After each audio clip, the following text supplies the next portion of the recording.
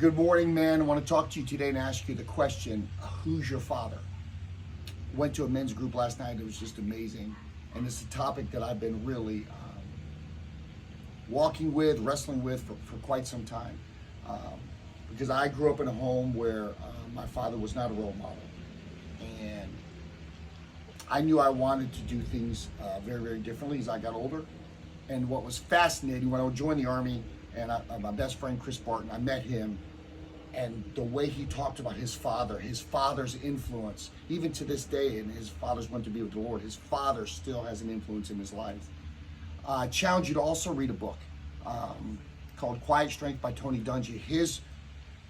His influence, his father Will had on him. The Tony Dungy you see today is not the Tony Dungy that was. It was a result of his father pouring into him and mentoring him and walking with Jesus to become the man he is today. So my question to you, who's your father? Who is your father? Being a male doesn't make you a father.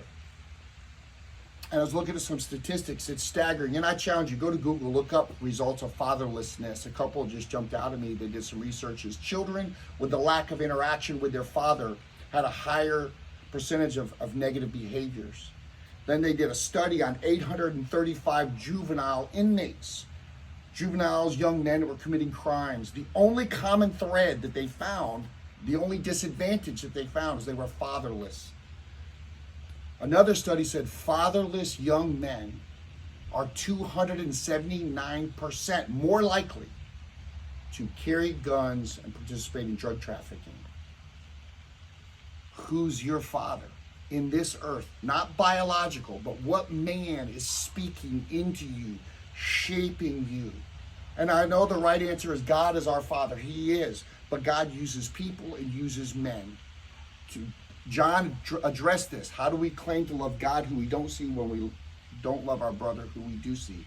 There's a dynamic connection between God and people. Who is the Father that's speaking into your life? I believe passionately we are called to have a father, we are called to have a brother, and we're called to have a neighbor.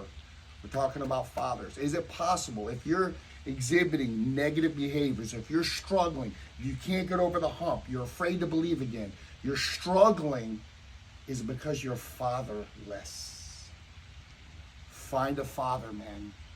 Find a father, someone that has the fruit in their life, to speak into your life. I believe we have a fatherless generation. And quite frankly, to be honest, I really have not been attentive to find a father until recently. I feel like I've been blessed. I've got a father again. Find your father, man, so that we can walk and reproduce the way God's designed us to. Have a great day.